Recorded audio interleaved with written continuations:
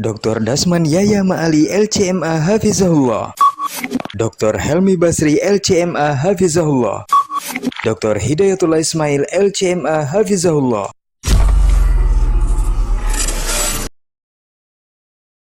Majtama'a qaumun fi baitin min buyutillah yatluna kitab Allah wa yatadarasunahu fima bainahum illa nazalat alaihimus sakinah wa ghasyiyatuhumur rahmah wa haffat bihimul malaikah wa dzakarahumullahu fiman indah. Tidaklah suatu kaum duduk di salah satu rumah Allah membaca ayat-ayat Allah dan sama-sama mempelajarinya kecuali turun kepada mereka as-sakinah, ketentraman dan kenyamanan, wa ghasyiyatuhumur rahmah, dan mereka diliputi pula oleh rahmat, kasih sayang dari Allah Subhanahu wa taala, wa haffat bihimul malaikah, dan mereka pun dikelilingi. Alhamdulillahirabbil alamin wa bihi nasta'in ala umuri dunya waddin.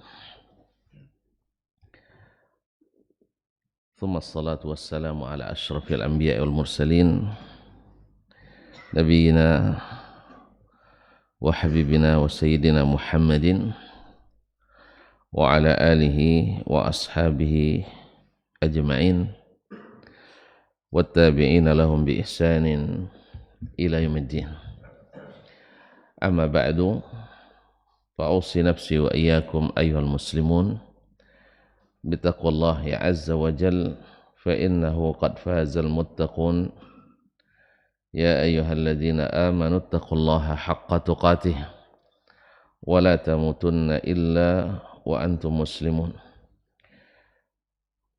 Kaum muslimin, kaum muslimat, al-hadirin wal hadirat, wal musyahidin wal musyahidat, wal mustami'in wal mustami'at, yang mudah-mudahan senantiasa dirahmati Allah Subhanahu wa taala. Bapak dan ibu-ibu, saudara-saudari yang jemaah salat subuh di Masjid Zaid bin Thabit radhiyallahu anhu Pekanbaru, ataupun yang mendengarkan melalui 91,1 FM dan yang menyaksikan melalui live streaming, KMTV dan lain-lain dimanapun berada. Pada subuh ini Allah izinkan kita kembali menyambung kaji bersama imam kita Asy-Syafi'i rahimahullah ta'ala. Semoga Allah berikan kita niat yang ikhlas, hati yang tulus, amal yang saleh, ilmu yang sahih, sehingga dengan demikian kita berharap mudah-mudahan di akhirat kita termasuk yang berbahagia. Oleh sebab itu mari kita bersyukur atas nikmat ini. Mudah-mudahan semakin hari semakin bertambah dan bersemi di dalam hati. Salawat dan salam kepada baginda Nabi alaihi salatu wassalam.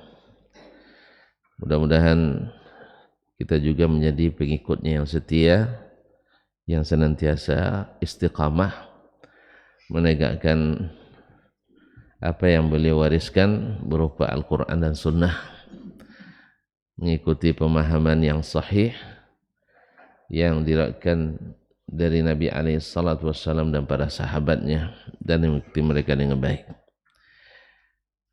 Kaum muslimin dan muslimat, doa kita pula untuk orang-orang tua kita, guru-guru, para ustadz, kiai, buya, ustazah, umi dan seterusnya, para sahabat, andai tolan, kerabat, anak-anak dan cucu-cucu, datuk-datuk dan nenek-nenek kita.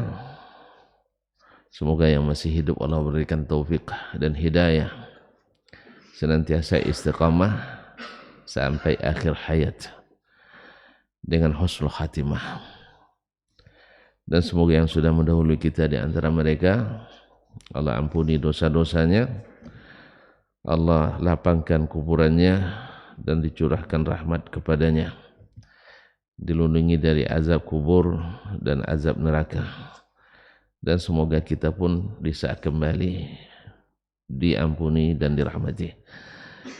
Khususnya imam kita Asy-Syafi'i rahimahullah, yang pada pagi ini kita sama-sama menyemis ilmu kepadanya melalui kitabnya Risalah ini, wabillahi taufiq wal hidayah.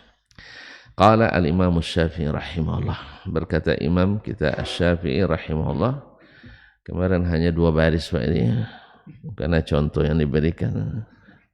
Nah, sekarang saya tidak minta contoh lagi. Contoh yang tuan-tuan berikan gawat nih Pak. Baik. Qala rahimahullah wa ammal qiyasu. Ini masuk pada dalil yang keempat.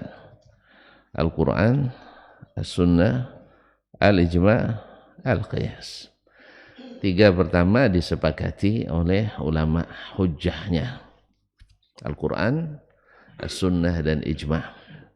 Karena ketiga-tiganya adalah bila sahih maksum. Ketiga-tiganya bila sahih sampainya kepada kita maksum dari kesalahan. Al-Quran tidak ada ragunya karena mutawatir. As-Sunnah ada yang sahih, ada yang tidak. Yang sahih sampainya, maka dia tak ada keraguan padanya, karena dia maksum. Yang ketiga, al-ijma'. Bila sahih terjadi ijma', maka tidak ada keraguan padanya, karena ijma'nya umat ini maksum. Ijma'nya umat ini juga maksum. Karena Nabi katakan, la tajtami'u ummati ala dhalalah. Umatku tak akan pernah berijma' sepakat semuanya dalam kesesatan. Jadi kalau ijma' umat tidak ada sesat. Tapi kalau sebagian khilaf, maka ada sebagian yang sesat, ada sebagian yang selamat. Atau kalau tidak mau dibilang sesat, menyimpang. Ada sebagian yang menyimpang, ada yang tidak menyimpang. Mana yang bagus berarti? Menyimpang atau tersesat? Sama aja. Jadi kalau gitu tidak usah menyimpang ya. Pokoknya lurus saja. Biar dibilang lurus-lurus saja. Nah, kita memang suka yang lurus-lurus. Yang kelok-kelok itu bikin puyeng, bikin sesat. Nah, malah sesat langsung. Kelok-kelok bikin pusing. Makanya umat banyak yang pusing gara-gara banyak berbelok-belok. Nah, cuma lurus saja ngantuk pula Pak ya. Nah, kalau ngantuk kan gampang berhenti, istirahat dulu. Nah, karena ada futurnya. Ada kadang futurnya. Futur itu istirahat. Istirahatnya di atas sunnah juga. Ma'asyarul kiram dirahmati Allah. Qala wa ammal qiyasu ala sunani Rasulullah sallallahu alaihi wasallam fa asluhu wajhani. Thumma yatafarra'u fi ahadihima wujuh. Adapun qiyas kepada sunnah Rasulullah sallallahu alaihi wasallam, fa asluhu wajhan. Maka asalnya ada 2. Ada 2. Thumma yatafarra'u fi ahadihima wujuh. Kemudian dari salah satu dari keduanya bercabang-cabang dalam banyak bentuk. Ma'asyarul kiram dirahmati Allah SWT. Imam Syafi'i dulu membahas tentang qiyas terhadap kitabullah, hukum yang terdapat dalam kitabullah. Sekarang qiyas terhadap yang terdapat dalam sunnah Rasulullah SAW, untuk menunjukkan kepada kita bahwa sebagaimana qiyas terhadap hukum yang ada dalam Al-Quran itu hujjah, maka mengqiyaskan sesuatu kepada hukum yang sabit dalam sunnah juga hujjah. Kaum muslimin dan muslimat dirahmati Allah, al-qiyas maknanya apa? Makna qiyas mengukur ya. Qistu, saya mengukur. Qistu hadzal maktab, saya mengukur meja ini pakai apa? Ya pakai alat ukur, meteran atau pakai roll. Nah, kalau meteran itu sabit hukumnya atau tidak? Sudah hukum tetap atau belum? Belum juga. Meteran. Ini lama lagi nanti jadinya. Kalau tidak sabit berarti kan tidak ijma. Ini ijma ya bang ya. Setahu saya yang namanya 1 senti itu 10 desimeter. Desimeter. Saya ikut dia lagi. Nah, salah lagi rupanya. Baik, ma'asyiral kiram. 10 milimeter. Bahwa 1 desimeter sama dengan 10. Nah, itu baru senti. 10 sentimeter. Bahwa 1 meter sama dengan 10. Bilang aja desi deh. Kok lupa nama desi?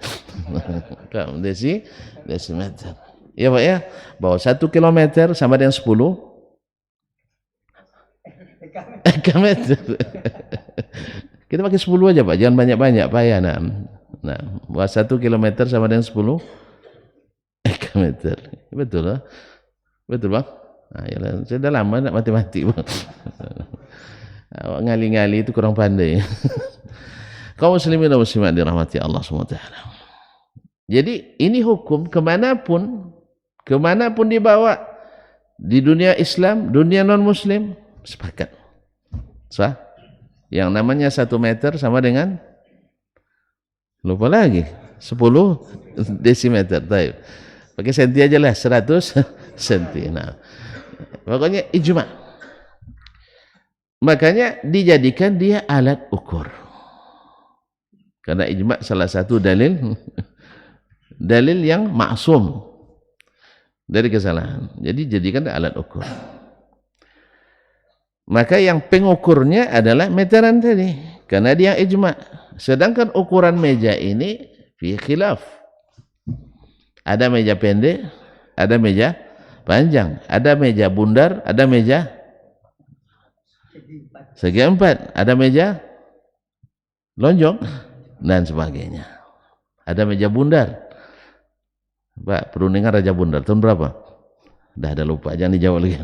Nah, kaum muslimin dan muslimat dirahmati Allah. Jadi yang menjadi ukuran bukan mejanya, tapi meterannya. Yang dibalik. Kadang-kadang orang menjadikan meja sebagai alat ukurnya, bukan meteran. Sehingga terjadi ikhtilaf yang berkepanjangan. Tapi selama yang dijadikan alat ukur sesuatu yang sabit, maka dia tidak ikhtilaf. Oleh sebab itu, maka kiasnya bukan kepada yang tidak sabit. Ini contoh di lapangan kita temukan. Ini langsung teringat aja, tapi jangan diperpanjang ya. Ini kalau panjang lama nanti. Misalnya, masalah bahwa isbal sabit dalam sunnah hukumnya wajib. Isbal hukumnya wajib. Ya Allah, hendaknya dah mulai ngantuk nampaknya. Bahwa isbal dalam sunnah hukumnya haram langsung nih nampaknya. Dilarang. Sah? Nah, kalau kita jadikan ukurannya amalnya ustadz, syekh, tidak akan ada kata sepakat. Ketika seseorang mengatakan Nabi SAW dalam banyak hadis melarang isbal, hukum asalnya larangan, hafal kajian kemarin.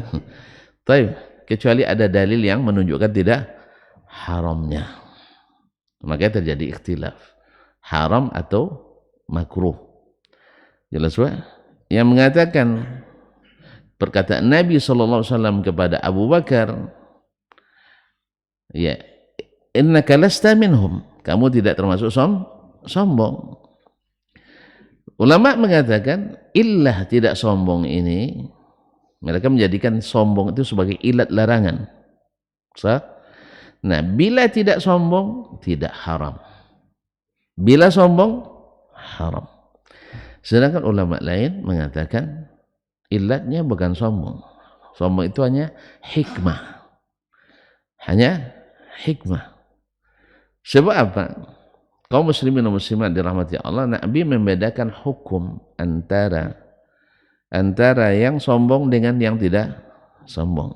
Yang sombong Allah tidak perhatikan pada hari kiamat. Sedangkan yang tidak sombong juga masuk antum panitia surga neraka nampaknya nih. Itu lagi bahasanya panitia surga neraka. Jadi memasukkan orang ke neraka, masukkan surga. Subhanallah. Ya Allah ya Rabbi. Antum panitia bagian bilang apa? Kaum muslimin dan muslimah rahmati Allah. Kita bukan panitia, tapi kita adalah menyampaikan apa yang disampaikan oleh Nabi SAW, disambung oleh para ulama kita yang merupakan warathatul anbiya. Jadi ada yang menjadikan illah, ada yang menjadikan hikmah, karena hukumnya berbeda antara yang sombong dengan yang bukan sombong dengan nassul hadis. Ala kulli hal. Nah, ketika sabit dari Nabi SAW bahwa hukum isbal tidak boleh atau dilarang.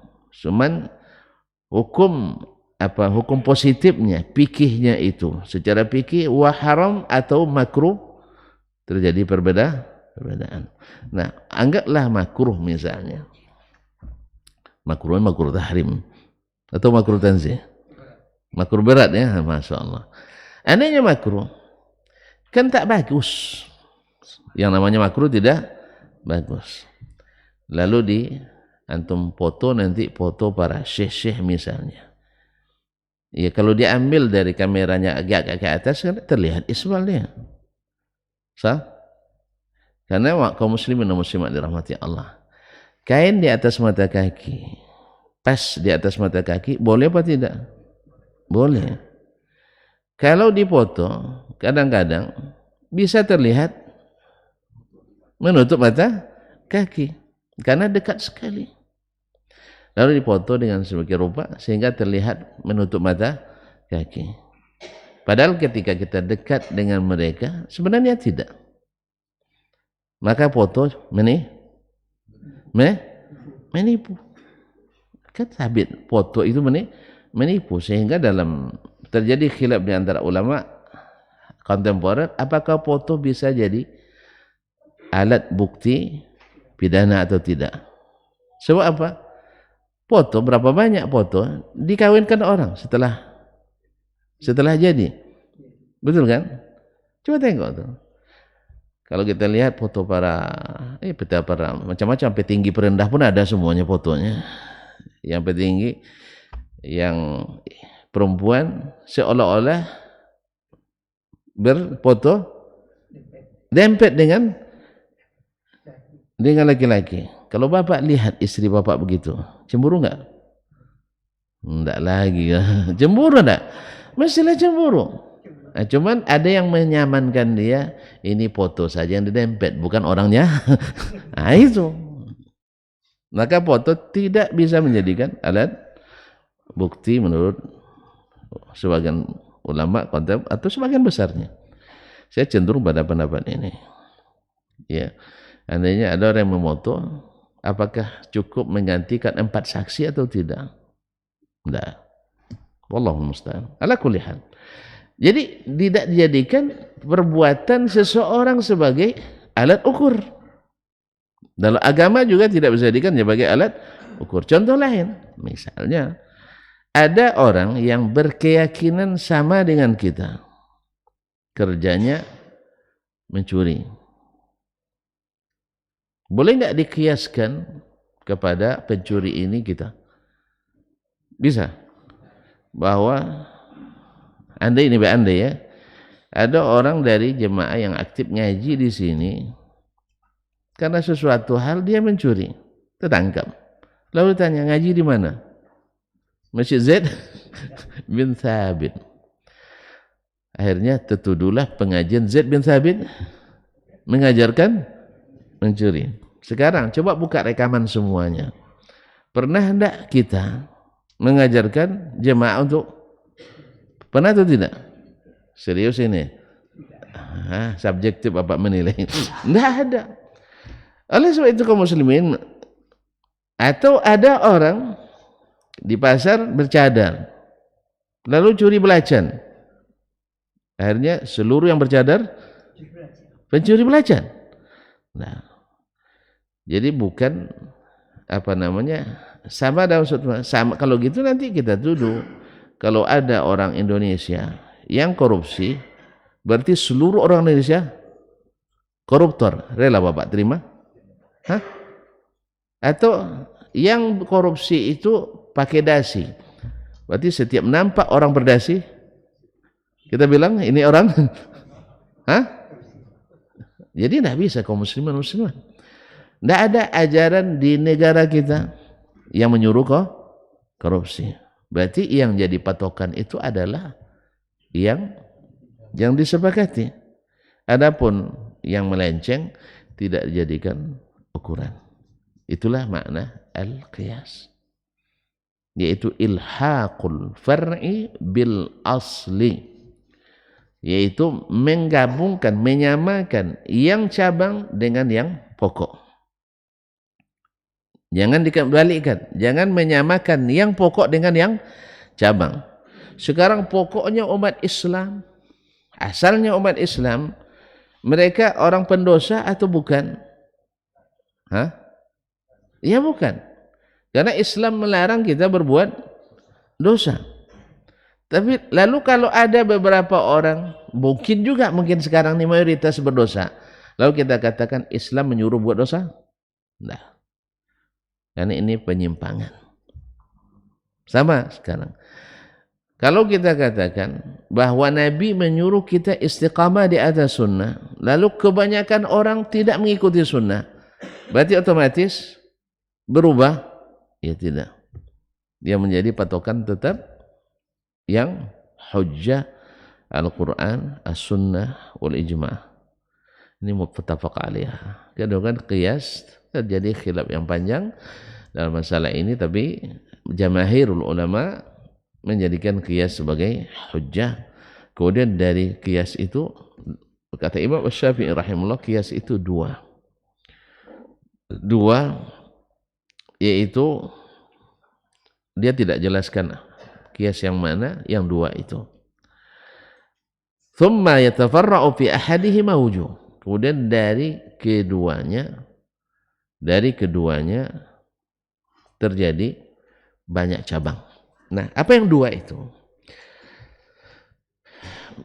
Satu, qiyas yang dimaksud yang pertama adalah qiyas alal aghlab al-katsir. Itu menjadikan dasar kebanyakannya hukum asalnya apa. Ini dinamakan juga oleh beliau sebagai qiyas. Misalnya hukum asalnya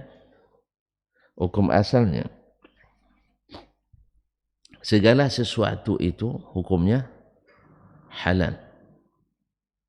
Al-aslu fil asya al-ibaha. Hukum asalnya segala sesuatu itu dibolehkan. Lalu ketemu oleh kita binatang tidak kita kenali halal haramnya, maka Imam Syafi'i mengembalikannya ke hukum asal. Hukum asalnya apa? Boleh, halal. Ini namanya disebut juga qiyas oleh Imam Asy-Syafi'i rahimahullah ta'ala. Hukum asalnya apa? Ya, jelas ya? Misalnya segala yang hidup di air, al-hillu maitatuhu wal-hillu maitatuhu, nah, huwa at-tahuru ma'uhu al-hillu maitatuhu. Airnya suci, menyucikan, dan bangkai yang ada di dalamnya halal. Artinya segala bangkai yang tinggal di air, maka menjadikannya kembali ke hukum asal. Seluruh yang tinggal di air halal dimakan. Ini dinamakan oleh Imam Asy-Syafi'i sebagai qiyas. Jelas? Sedangkan dalam istilah mutaakhirin, yang qiyas itu adalah seperti yang bagian yang kedua ini, yang masuk dalam pembagian qiyas. Yang kedua adalah yang dimaksud pembagian qiyas di kalangan ahli usul fiqh mutaakhirin, ada yang kedua, yaitu ilhaqu al-far'i ilhaqul far'i bil asli lil illatil jami' atau li illatin jami'atin bainahuma, itu menyamakan hukum al-far', sesuatu yang cabang, dengan yang asal, karena ada satu illah, ada ilat yang menyamakan keduanya atau menyatukannya.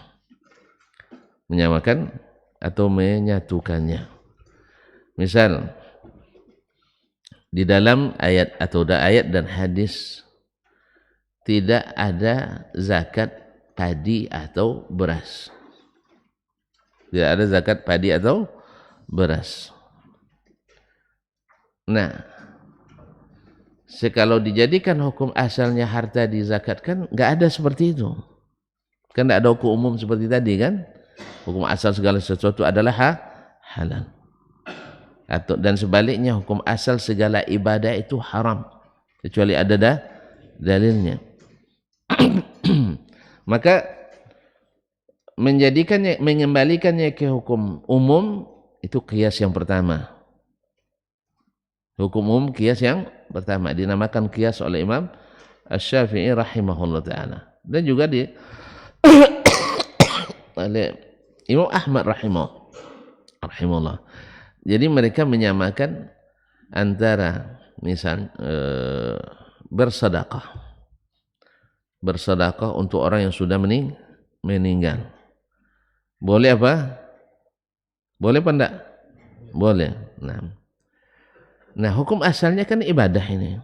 Hukum asalnya ini ibadah. Bagi yang tidak memakai qiyas ini, tidak bisa mengqiyaskan bacaan Al-Quran misalnya untuk orang yang sudah meninggal. Orang yang sudah meninggal, lalu kita bacakan Al-Quran dan kita hadiahkan pahalanya. Kenapa? Tidak bisa. Karena hukum asalnya ibadah itu terlarang, kecuali ada dalilnya. Tapi kan itu sedekah juga ibadah. Puasa untuk orang yang sudah meninggal kan boleh diganti, juga ibadah. Kita katakan yang tidak memakai qiyas dalam bab ini mengatakan ini pengecualian yang ada dalilnya, tak berlaku qiyas kepadanya. Jelas tak? Nah, karena tidak ada illah yang menyamakannya. Tidak ada illat yang menyamakannya. Dan hukum asalnya ibadah tidak boleh dibuat-buat kecuali ada dalilnya. Jelas? Maka hukum asalnya ibadah tidak boleh. Makanya yang benar pertanyaannya, bila ada ibadah yang tak pernah diajarkan, tak pernah ditunjukkan, tak pernah dicontohkan, tak pernah disetujui oleh Nabi SAW, yang ditanya bukan mana dalil yang melarang, tapi mana dalil yang membolehkan. Loh, kenapa? Karena hukum asalnya ibadah dilarang. Nah, bagi yang mengatakan berlaku qiyas dalam ibadah, mengkiaskanlah seseorang yang meninggal dalam keadaan berhutang puasa, boleh dibayar oleh ahli warisnya, boleh dibayarkan oleh ahli warisnya. Bahkan kata Nabi SAW, wa dinullahi haqqu an yuqda, hutang kepada Allah lebih utama dibayarkan. Nah, ini kan ibadah kan, hukum asalnya tidak boleh kecuali ada dalil. Kenapa kita bolehkan? Karena ada dalil tadi. Nah, kalau memakai qiyas yang pertama yang maksud Imam Syafi'i tadi, yaitu mengembalikan ke hukum asal, tidak boleh.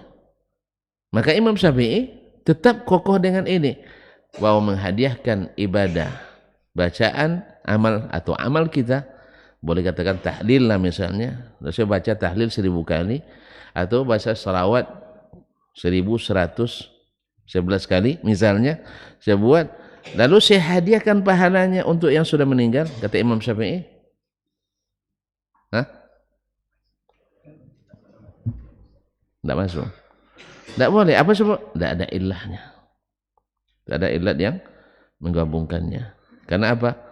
Hukum asalnya ibadah itu tauqifi, tidak ijtihad, tidak masuk bab ijtihad. Sedangkan qiyas masuk bab bab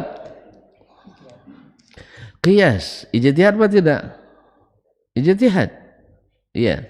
Dia pakai alat untuk mengukurnya. Ada meteran tadi kan?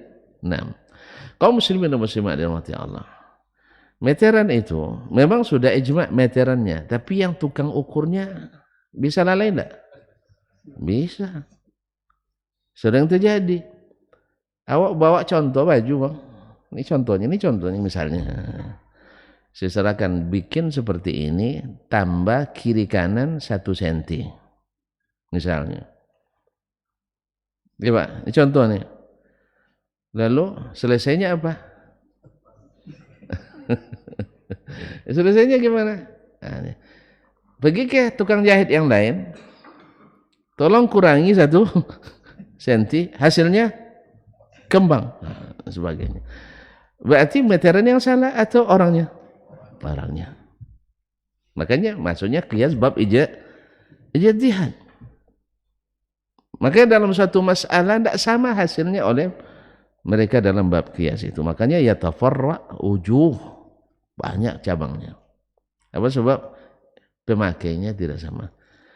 Coba beli baju yang jadi sama-sama M, kan? Tapi M yang pabrik ini lapang, M yang pabrik ini sempit.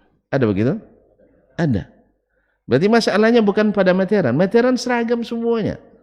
Sah? Cuman yang tukang meternya entah gimana. Ini macam-macam, kadang-kadang mohon maaf ya, sebagian diukurnya bahu, tidak dicatatnya langsung. Sah? Kan tidak dicatat langsung. Diingat kan? Habis itu ukur pinggang, tidak juga dicatat. Belum dicatat juga. Ukur dada. Akhirnya mungkin bertukar ukuran bahu ke nah, mungkin wallahu alam. Ya.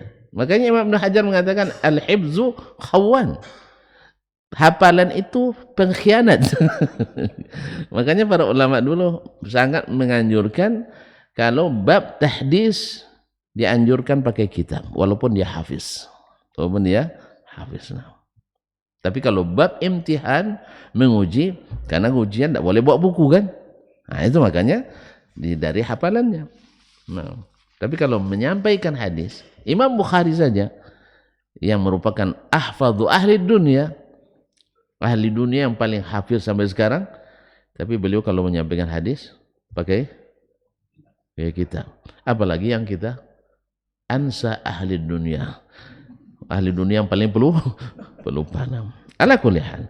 Jadi masalahnya bukan pada bab ijtihadnya, siapa yang ijtihad. Oleh sebab itu Nabi katakan, idza ijtahadal hakimu fa asaba falahu ajran. Seorang yang berijtihad lalu betul ijtihadnya 2 pahala. Pahala ijtihad, pahala benar. Wa idza ijtahadal hakimu fa akhta. Bila seorang yang ahli berijtihad lalu salah, maka dapat 1 pahala. Berarti mujtahid mungkin salah, mungkin benar, mungkin alhamdulillah. Kalau mungkin salah mungkin benar, kenapa antum bilang tidak boleh ustaz saya salah? Gitu. Semua yang bertentangan dengan syekh saya berarti salah, yang sama dengan syekh saya benar. Ini keliru. Benarnya kembalikan ke ukuran, kita ukur ulang. Ya syekh, kok sempit baju ini rasa, lalu diambil yang asli diukur. Misalnya bahunya 90 cm, jangan pakai koma biar tidak payah ngitung ya.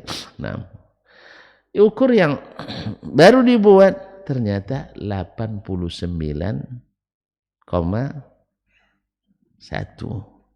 Berarti dah berkurang 9 milimeter. Jadi yang ngukurnya yang salah. Apa sebab? Dia ngukur lupa memikirkan lipatannya. Yang diukur barang yang sudah yang sudah ada lipatannya. Dia lupa mengukur lipatan tadi. Jelas? Jelas ya? Sama misal meja ini mau dibuat kaca. Lalu dibuat sedikit supaya tidak bergeser ke kanan, dibuat tebingnya ya. Kaca yang akan dimasukkan 1 meter kali 1 meter. Dibuatnya ukurannya 1 meter dari tepi sekali 1 meter kali 1 meter. Masuk kacanya? Tidak masuk. Karena di sini sudah ambil setengah senti, di sini 1 senti, sana setengah, berarti 1 senti. Sini setengah senti, akhirnya terpaksa dipotong lagi kacanya. So, yang parahnya lemari. Kalau lemari sudah jadi payah motongnya mah. Iya kan? Kalau kaca lumayan lah masih bisa dipotong. Kalau lemari sudah jadi, misalnya lemari dibuat di sini ukuran sekian. Lupa dia membasi, bahasa kita basi ya, baki. Nah, ini terjadi. Apa sebab? Bukan meteran yang salah, tapi pengguna meteran yang salah. Inilah mujtahid itu. Ini mujtahid itu. Subhanallah. Baru 1 baris juga Pak. 1,5 baris. Kita lanjutkan. Baik. Jadi al-wajh yang pertama itu mengembalikan ke hukum asal. Ini tidak banyak faraknya. Makanya kalau tadi masalah ibadah, kalau kembali ke hukum asal, maka Imam Syafi'i mengatakan membaca Al-Quran atau membaca zikir atau beramal soleh yang tidak ada dalil yang mengecualikan, tidak bisa dihadiahkan kepada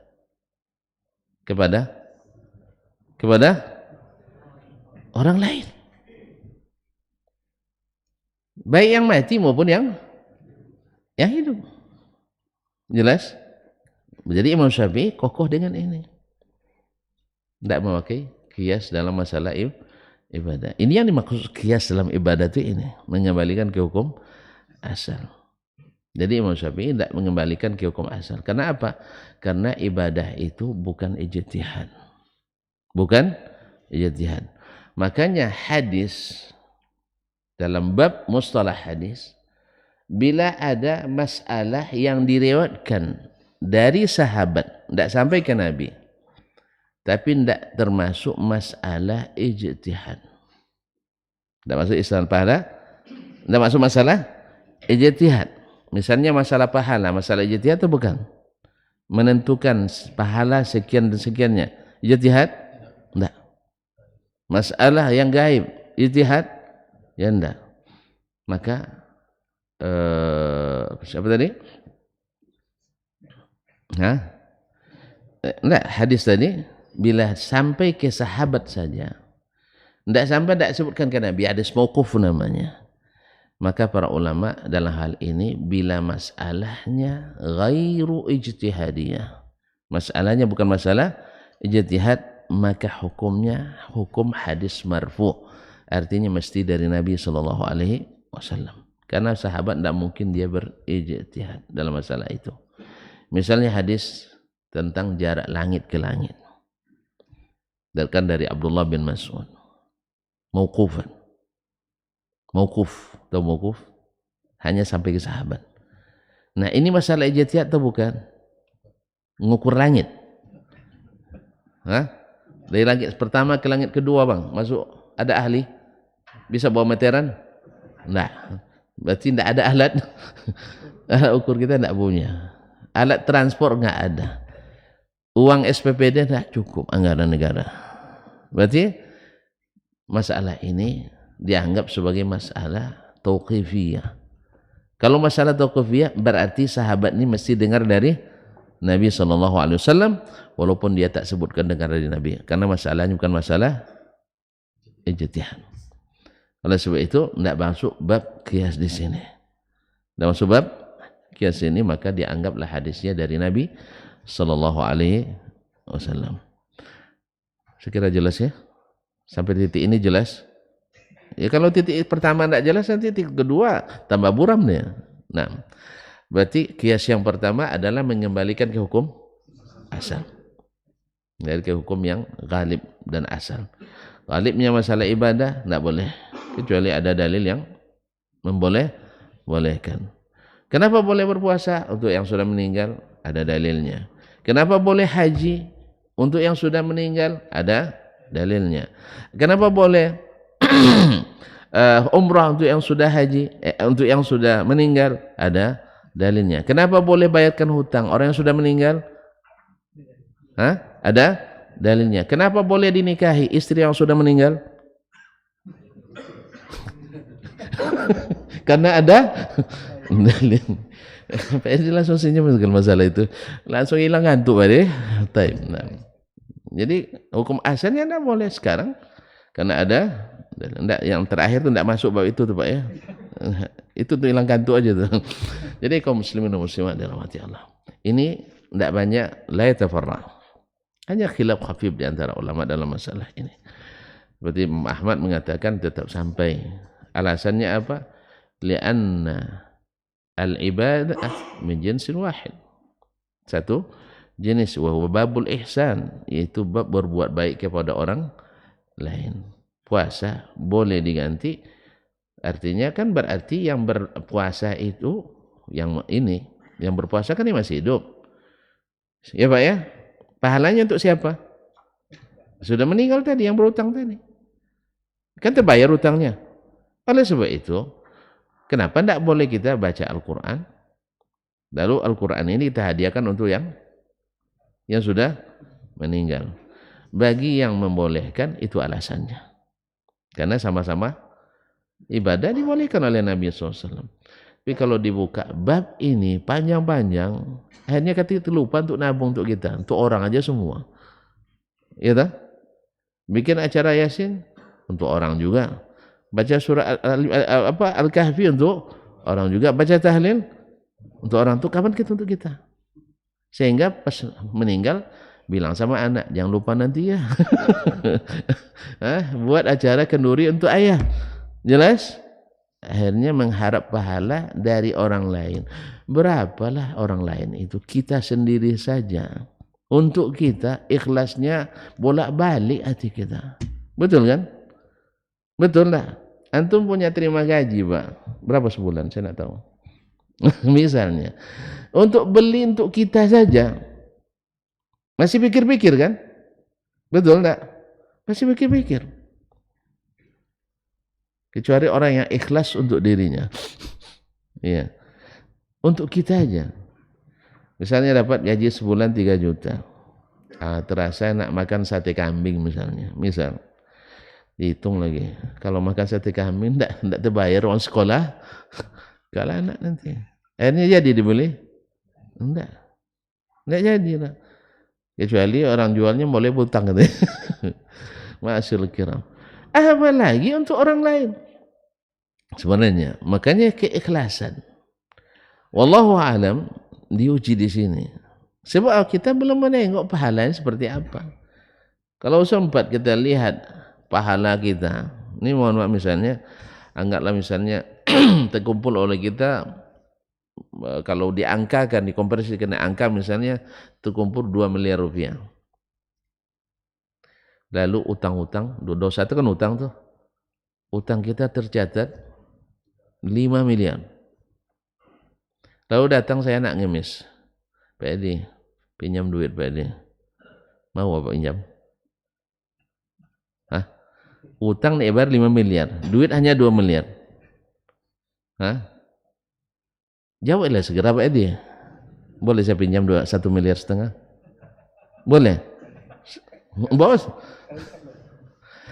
Ya, mampu murah sekali Pak Edi. Beliau belum bisa membayangkan utang ini jatuh tempo Pak Edi yang 5 miliar ini. Kalau enggak disita rumah. Itu kan anaknya. Kalau disita rumah artinya kan surga enggak dapat. Masuknya kemana? Anak kan? Gambarannya belum jelas sekali tadi Pak Edi ya. Ini di akhirat ceritanya ini. Nah, ini depan kita surga, depan kita neraka. Uang yang terkumpul pahala Kan tahu pahala kan besok, bukan sekarang kan. Kalau Bapak tahu sekarang, itulah saya kan berilustrasi tadi. Andainya Bapak tahu pahala Bapak jumlahnya 2,5 miliar. Kemudian hutang yang harus dibayar supaya jangan tersita ini rumah, surga jangan diambil, sehingga tidak masuk neraka, 5 miliar. Tiba-tiba saya datang minta pinjam 1,5 miliar, Bapak kasih? Udah jelas? Udah jelas oh? Bapak kasih juga, terancam rumah di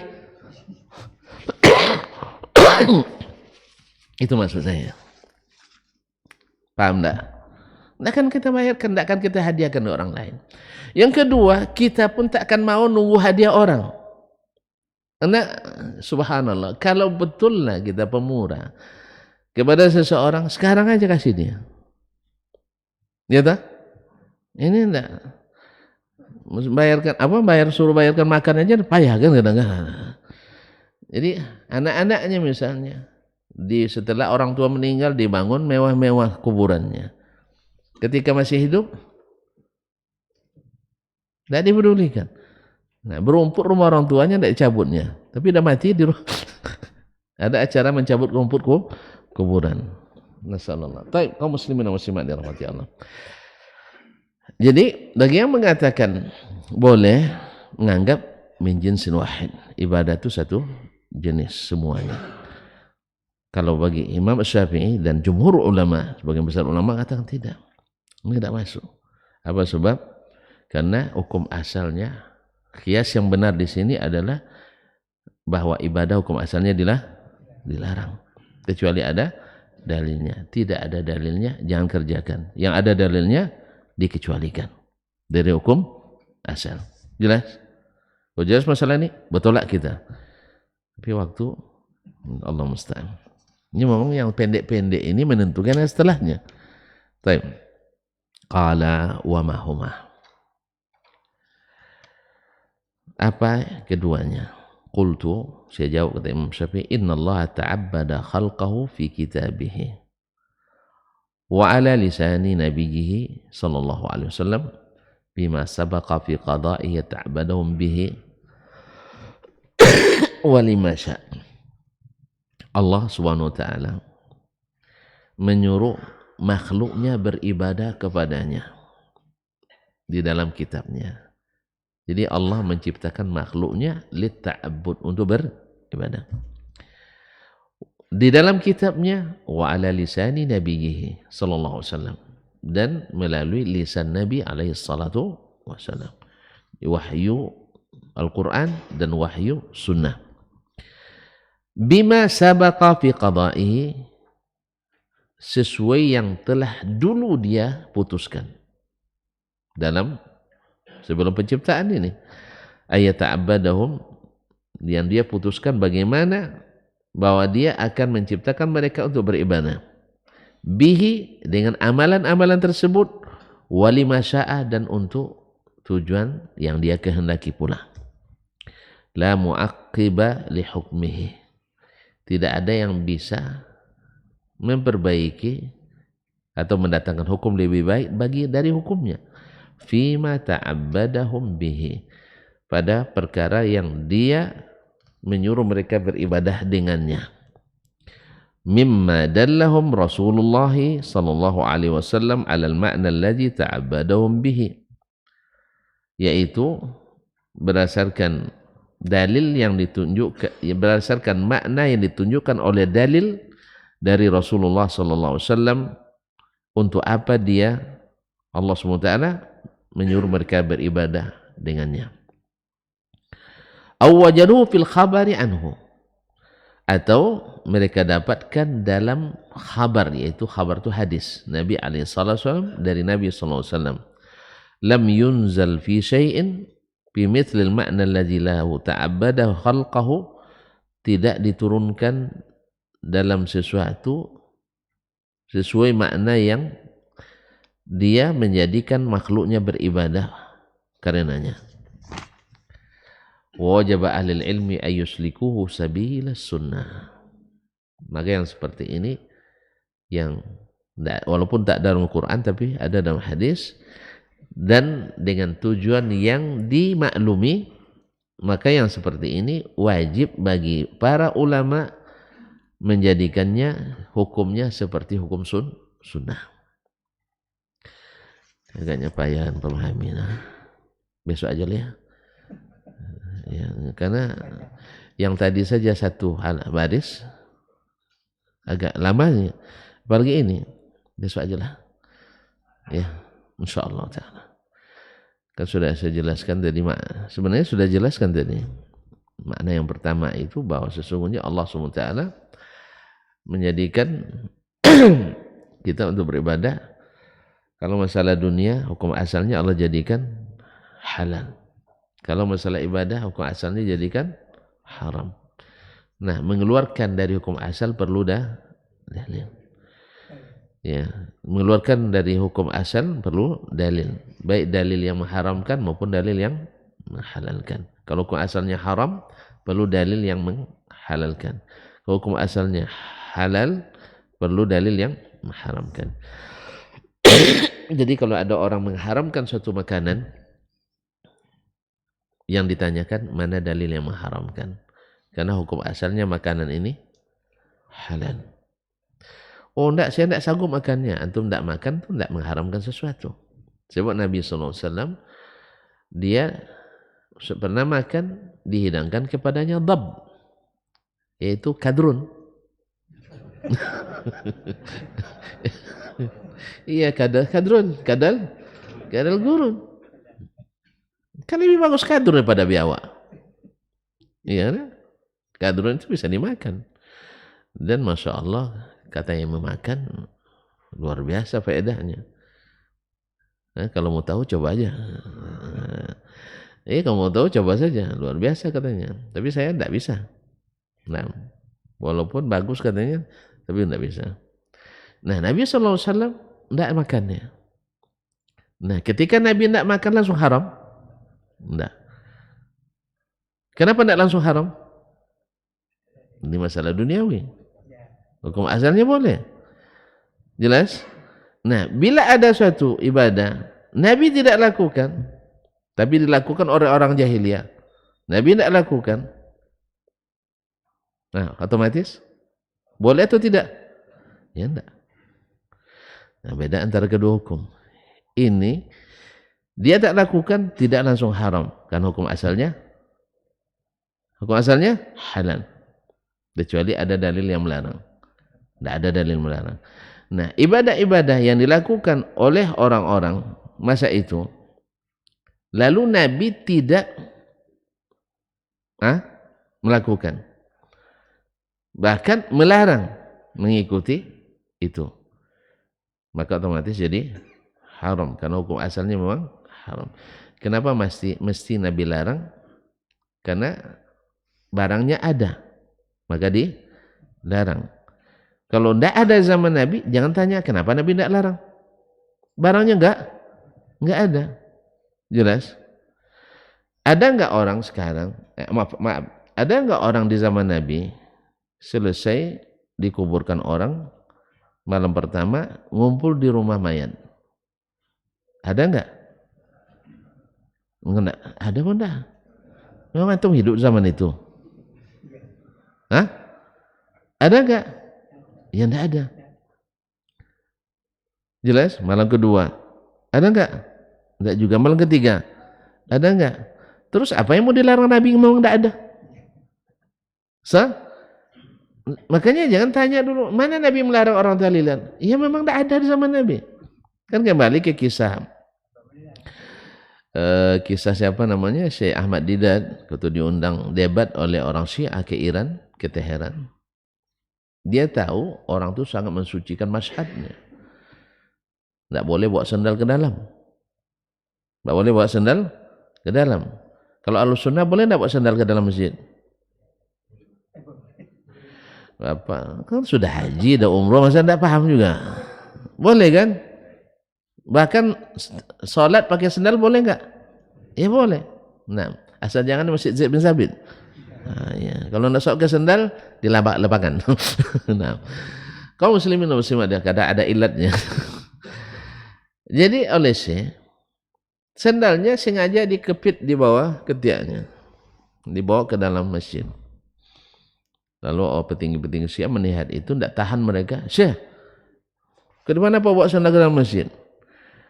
Syekh sengaja dia bilang, dulu di zaman Nabi sallallahu alaihi wasallam terkenal orang Syiah suka curi sandal di masjid. Jadi tidak terpikir oleh mereka masalah yang dituju oleh yang terpikir adalah tuduhan orang Syiah pencuri, itu yang tertuju. Padahal Syiah bukan itu yang dia tuju. Dan apa kata mereka? Syekh, taqillah Syekh. Oh, Syiah enggak ada zaman Nabi katanya. Selesai debat, tidak jadi. Karena mereka nak katakan Syiah sudah ada zaman Nabi. Sekarang mereka jawab langsung, Syiah enggak ada di zaman Nabi. Berarti kalau tidak ada zaman Nabi berarti terlarang. Jelas? Ya enggak ada zaman Nabi ajaran itu. Berarti ajaran terlarang. Karena ada buah larangan. Ini adalah paham terlarang ini. Bapak. Yarhamukallah. Jadi ada paham terlarang, ada buah terlarang, ada kawasan terlarang, ada cinta. Jadi walaupun cinta tapi terlarang. Jadi ada cinta Allah, cinta terlarang. Ada enggak? Ada cinta pada Allah yang terlarang? Subhanallah. Ada enggak? Terjadi khilaf. Kalau cinta tak ada akadnya terlarang. Apapun. Jelas? Akad kita dengan Allah apa? Asyhadu an la ilaha illallah. Nah, bila ada orang mengkultuskan wali, alasannya cinta Allah dan Nabi sallallahu alaihi wasallam, kita katakan cinta terlarang. Dah paham nampaknya. Jelas? Jelas enggak? Nah. Atau ada orang dengan alasan cinta menyatu dengan Allah tabaraka wa taala. Cinta terlarang karena tidak sesuai akad. Ini berat kaji pagi ini Pak. Bikinin Bapak tidak bisa tidur nampaknya karena ada cinta terlarang. Cinta kepada Nabi sallallahu alaihi wasallam dengan cara-cara yang dia larang, cinta terlarang. Sebesar-besar larangan Nabi adalah mengada-ngada sesuatu dalam agama. Sampai ancamannya cintanya tidak diterima ketika minum di tepi telaga. Jelas Pak? Jadi jangan main cinta terlarang. Jadi cinta yang syar'i, cinta yang syar'i, bukan cinta terlarang. Dah, kayaknya kalimat cinta nih sebagai kunci passwordnya bagi ini nampaknya kaum muslimin dan muslimat. Lupa kias. Dah, kita cukup sampai di sini dulu. Insyaallah kita sambung pada pertemuan pekan hadapan. Ini pagi ini tadi sebelum subuh saya ragu juga nak datang. Soalnya baru semalam baru sampai. Kan dari raker Pak. Ya harusnya raker berhari-hari kan, dari pagi sampai malam harusnya istirahat dulu, tapi Pak Edi nak kasih istirahat malam. Nah, alhamdulillah ala kulli hal. Mohon maaf dan terima kasih. Ada pertanyaan? Tapi siap jawabannya panjangnya. Nah, pasti pertanyaannya yang kedua apa Ustaz? Nah, bukan masih yang pertama masih. Tapi gambaran umum sudah kita sebutkan bahwa kias kata Imam Syafi'i terbagi dua. Yang pertama yang seperti tadi mengkiaskan, menggabungkan sesuatu dengan hukum mayoritasnya, hukum dominannya. Dominan pada masalah duniawi ibahah, boleh. Kalau ada yang mengharamkan, tuntut dengan dalil. Ya, Al-Quran, Sunnah, Ijma' atau Qiyas. Kalau ada masalah ibadah, hukum asalnya haram. Lalu ada yang melarang, jangan tunjuk minta dalil yang melarang. Kalau ada yang membuat, dituntut apa dalil yang membolehkan. Karena sesatnya orang tersesat di masa jahiliyah. Kenapa? Karena mengada-ngada agama, ibadah tadi. Mengada-ngada ibadah. Dia buat mereka sesat. Disuruh begini, lain yang dibuat. Gitu kan? Disuruh begini, lain yang dikerjakan. Nah, kalau lain yang dikerjakan, akhirnya apa? Tersesat jalan. Jahiliyah mereka. Ya disuruh membersihkan Ka'bah dari syirik, mereka buat syirik di situ. Disuruh mereka tenang ketika tawaf, bertepuk tangan dan bersiul. Ya kan? Kan disuruh berzikir dengan suara lirih. Terdengar tapi tak jelas. Ya, terdengar tapi enggak. Kan suara lirih nih. Ini dah pakai teriak-teriak, apalagi sekarang pakai mikrofon pula kan. Allahumma kan. Kadang pakai apa pula, pakai macam-macam lah. Nah, Allah musta'an. Jadi apa namanya? Karena mengada-ngada akhirnya berubah dari apa yang disuruh. Akhirnya mereka lama-lama tersesat. Karena dia ikut jalur lagi. Harusnya kan jalur melingkar tuh. Akhirnya tapi mereka naik ke Bukit Sofa. Tawaf belum selesai, dia sudah naik ke Bukit Sofa. Oleh itu kaum muslimin dan muslimat dirahmati Allah, maka mengetahui pokok dasar hukum ini sangat penting. Mana yang kiasnya sahih, mana yang kiasnya tidak sahih. Mana yang hukum asalnya haram, mana hukum asalnya halal. Jangan dibalik. Maka selalu ada kitab namanya Mana Dalilnya. Jadi dia mengugat setiap yang dihukum bid'ah itu, mana dalil yang membid'ahkannya. Kita katakan ini terjadi zaman Nabi? Enggak. Berarti bukan ajaran Nabi SAW. Sebab kalau ada zamannya, enggak diingkarinya, berarti sunnahnya. Jelas?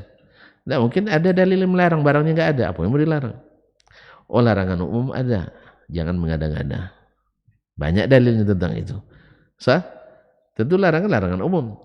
Masalah parsial minta enggak ada di zaman Nabi, minta dalil parsial enggak akan ada.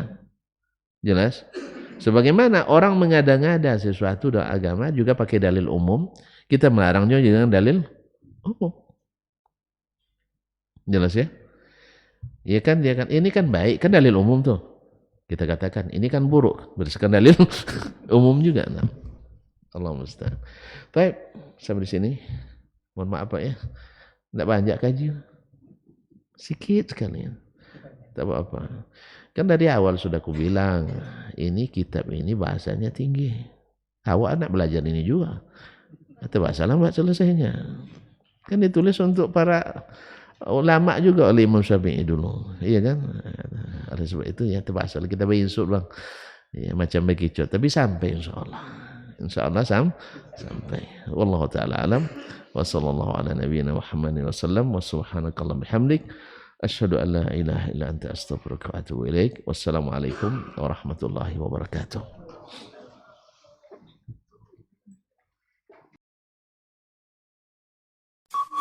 Dr. Dasman Yaya Ma'ali LCMA Hafizahullah, Dr. Helmi Basri LCMA Hafizahullah, Dr. Hidayatullah Ismail LCMA Hafizahullah.